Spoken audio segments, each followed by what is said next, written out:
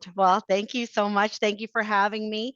I was able to watch most of the morning, and it was an excellent lineup. And a lot of the topics they spoke about, I have a little bit in here, so it'll save me a lot of the statistics I was going to share. I'm not going to share them because everybody had a really good outline of it. So let me start with an introduction. My name is Becky Gallardi. I'm the COO for Pace Global and Digital First. So that company offers a multitude of solutions to various problems. Our dynamic CEO, many of you may know Neha Singh, and her team and the team have 12 years experience in mining, working to solve basically every problem a mine faces, from process to safety. However, today we're all here to collaborate on answering a question: what is the single action Canadian mining companies must take to thrive in 2030 and beyond? So for me, that is the workforce shortage and the aging workforce. Again, it was talked a little bit about this morning, but I do have slightly a little bit of different take on it. So this has been made abundantly clear during the morning session, so I won't spend time convincing you with the stats. This was covered very well. I will say, with workforce shortages, we will continue to have vacancies go unfilled, which not only, of course, jeopardizes production and operations, but can also have a huge impact on safety and people. And then with an aging workforce, the need for replacement workers will increase. The need for skilled employees to train the new and experienced employees will be diminished, and the knowledge transfer and employee expertise can be lost. Additionally, the solutions offered to combat some of these issues tend to be hindered by could be a technology shy workforce. So for workplace shortages, as we've seen today, there is no magic solution. We won't be able to just make more people. There's just not enough. As we talk about trades specifically, there's not enough people coming in to make up for the people going out. Another gap in that area is that we're not spending the appropriate amount of time or seeing that fallout or the ripple effect of our aging workforce leaving, not only on that recruitment and filling those vacancies, but on that knowledge transfer loss when we lose long-term employees.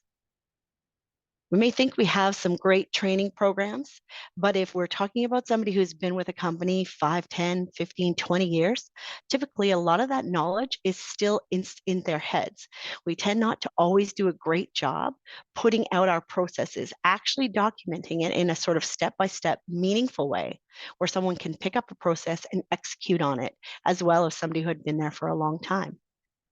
And lastly, recognizing that the current solutions to these issues often requires a digital adoption plan. So former solutions often have people working on the problem in a boardroom and then applying additional solution. This type of solution is very valuable and works extremely well in many situations, but it can be time consuming. And in the end, sometimes you're still relying on the team to then go implement a new process or new ways of doing things or implement a new technology that they then have to learn. Instead, if you apply the digital part as part of the solution from the beginning, this can provide people with the dexterity and digital confidence right from the start. So again, when it comes to combating these problems of workforce shortage and aging workforce companies, you need to be able to be aligned in how you attract, develop, and retain your workforce. What that means is you need to be able to clearly show your company's employee value proposition to attract that new talent, how you now and how you continue to develop your employees, and most importantly, how you plan to retain your workforce in an ever-growing talent competition.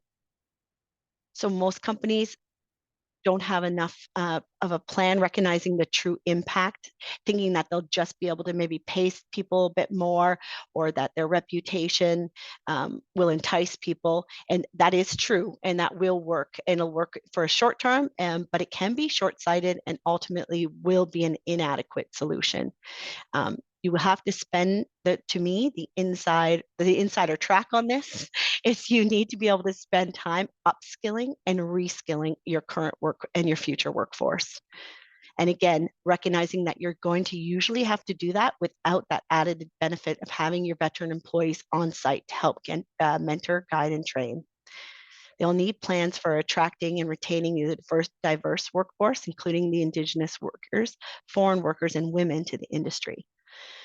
The call to action is to document and have a well-established process map for how you're going to run those robust training programs to upskill, to reskill. That's going to be essential. How you're going to have a well-documented and established process for your planned talent management strategies to attract, develop, and retain will be paramount.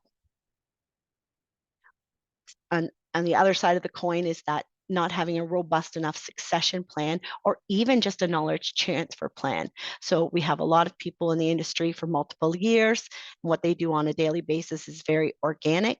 It's not necessarily written out in a proper process, and it makes it difficult when they leave to transfer to a new hire. Again, we're not documenting a well-established process map for all of the things we need to do, like running our mentorship program, our apprenticeship programs, our succession programs, and that knowledge transfer. There's two things that come to mind for me when I speak about this. One, some of you may not know that I've been in human resources for over 20 years. So I have seen a lot of employees come and go. I've seen a lot of transition and succession plan. One story I always remember is a 30-year employee in healthcare. This is probably one of the most organized, intelligent women I had ever met. So she had planned her retirement months and months ahead. She had manuals, she had everything laid out for the new person to come on board. She was even there to spend a little time with the new person. But when they left, there was still things missing.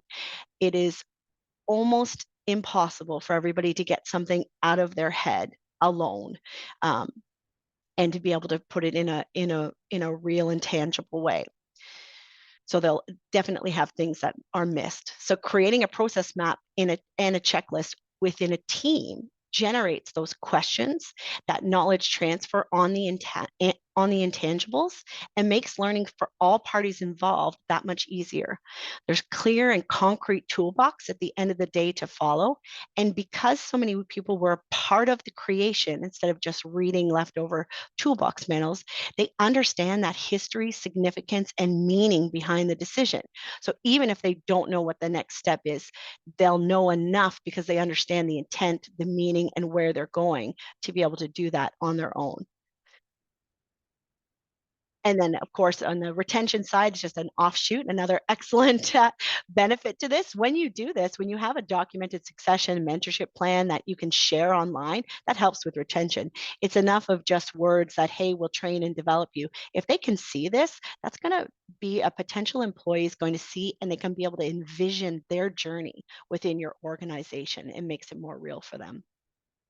And the last thing I'll just add is another example that just came to mind as I was listening to this morning and listening to mining. Mining does a fantastic job with knowledge transfer for mining projects. When they do a mining project, they want it. We got document control, we got project services, we got to document all this so we know how to do it this way next time. Let's do lessons learned. Let's make sure this is all in a folder.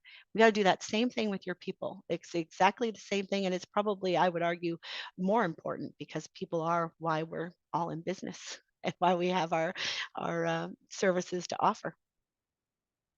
So now into sort of some of the digital first stuff in the pace. So achieving operational excellence and activating operational excellence can be achieved by improving your current processes using digital adoption methods. The Digital First program includes many solutions: rapid process improvements, change management, digital adoption pathways, operational excellence by way of playbook development, providing clarity of change, team building.